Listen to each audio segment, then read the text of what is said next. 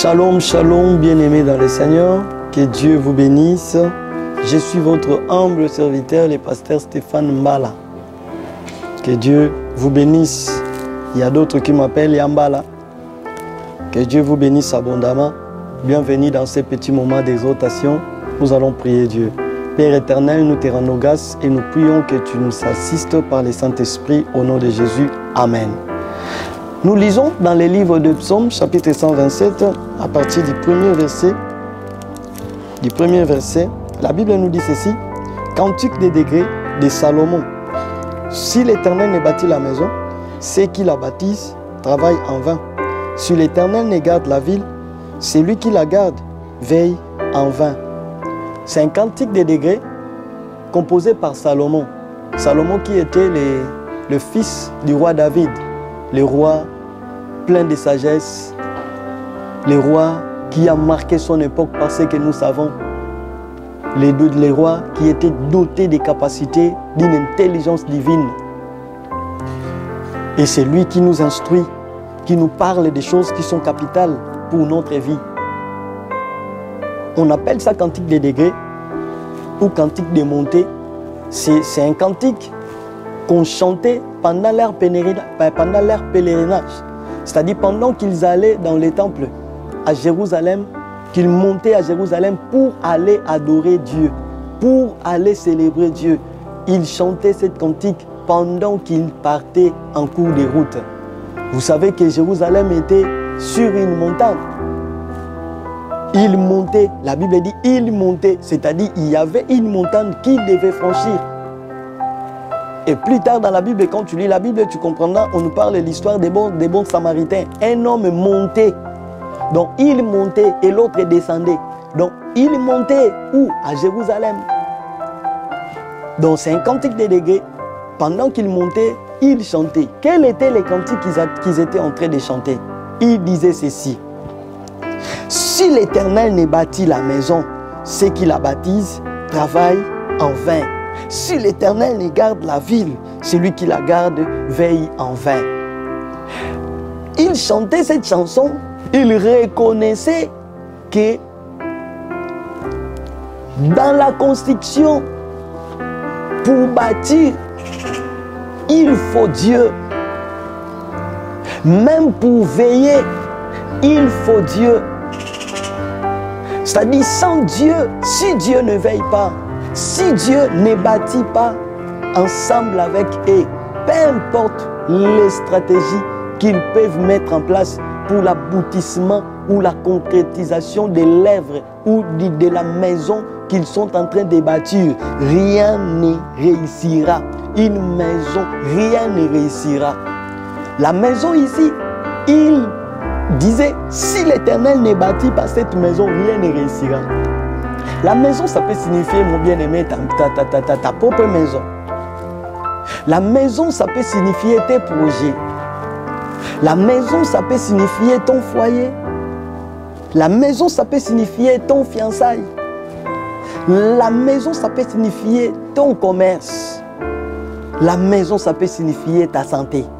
Donc, si le Seigneur ne bâtit pas dans ta santé, même si tu as des meilleurs médecins du monde, la Bible nous dit, tout ce qu'ils feront ne sera que vain, ne sera qu'en vain. Si l'Éternel ne bâtit pas ton foyer, peu importe les stratégies d'économie, tout ce que vous pouvez faire, ça ne sera que rien du tout. Parce qu'à côté de Dieu, il y a une autre personne qui existe encore. S'il n'y a pas la lumière, il y a les ténèbres. S'il n'y a pas les ténèbres, il y a la lumière. Des choses qui nous guettent ici sur la terre. Si tu fuis la lumière, sache-le, il y a les ténèbres qui t'attendent. Si tu fuis les ténèbres, sache-le, il y a la lumière qui est à côté, qui va t'accueillir.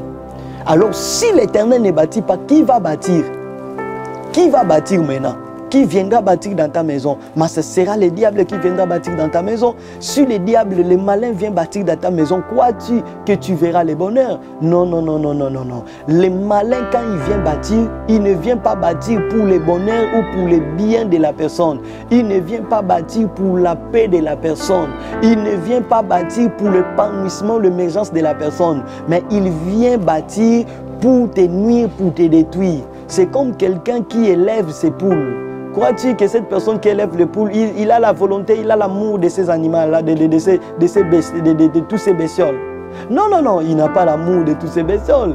Il a l'amour de la poule parce qu'il va les bouffer. Il a l'amour de la poule parce qu'il va la vendre, ou il a l'amour de la poule parce qu'il va prendre des œufs. C'est ça qui la motive. C'est pareil avec le diable. Il a l'amour de toi parce qu'il sait qu'il finira par te prendre, par te bouffer. C'est ça, tout simplement. Et s'il bâtit avec toi, sache que tout ce qui n'est pas bâti avec Dieu, ça finira toujours par tomber. Ça finira toujours par tomber. Voilà pourquoi ils ont reconnu cela. Ils ont dit, sur l'Éternel ne bâtit pas. Tous ceux qui baptisent, baptisent en vain. Sur l'Éternel ne veille pas, ne garde pas la ville. Tous ceux qui veillent, veillent en vain. Tu as intérêt, bien-aimé. Si la maison peut signifier ton foyer, si la maison peut signifier ton fiançailles, si la maison peut signifier ton mariage, si la maison peut signifier la vie de tes enfants, si la maison peut signifier ton entreprise, tu as besoin de mettre Dieu en première position. Même si tu vas chez les féticheurs, tu vas chercher des trucs de protection.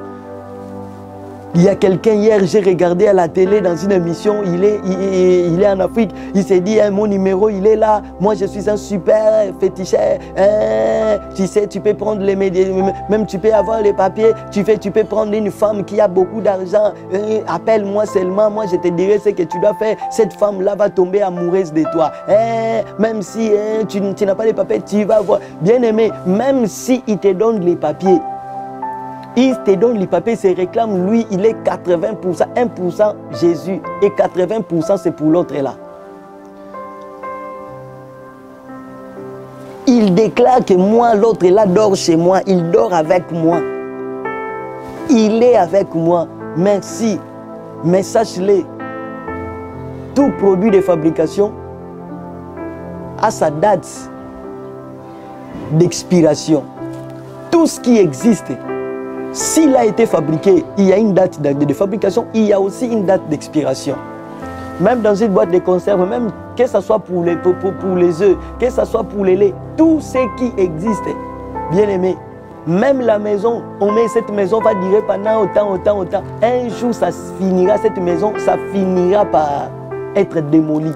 Parce que sa date d'expiration est arrivée. Tu peux prendre là-bas, mais il y a une date d'expiration. Mais c'est chez Jésus, il n'y a pas de date d'expiration. Et si Jésus te donne, et si Jésus bâtit, bien-aimé, tu n'as pas à t'inquiéter parce que tu dormiras calmement. Tu peux aller prendre là-bas, mais la nuit, tu seras inquiété. La nuit, tu seras traumatisé. Et cette richesse, un jour, ça va dissiper. Il y aura des sacrifices. On va te demander des sacrifices parce qu'il n'y a rien pour rien. Tu finiras par perdre tout ce que tu gagnes aujourd'hui. Mais avec Jésus, tu ne perdras rien.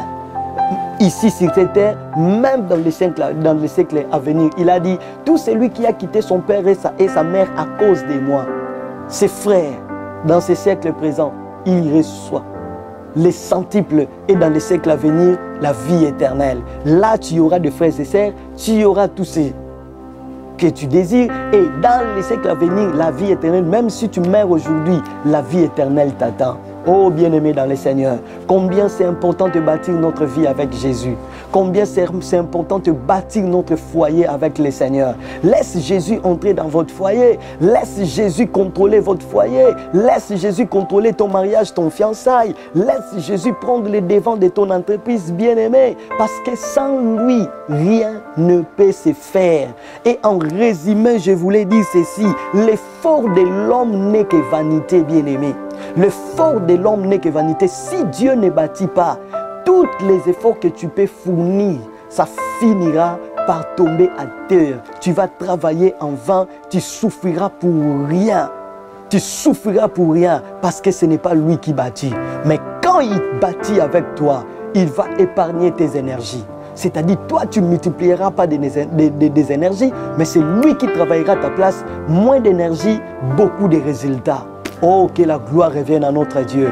Que le Seigneur vous bénisse. Laissez Jésus entrer dans vos vies. Laissez Jésus entrer dans vos maisons. Laissez le Seigneur prendre le contrôle de votre vie, de tous vos projets. C'est alors que tu te réjouiras et tu glorifieras le nom de l'Éternel.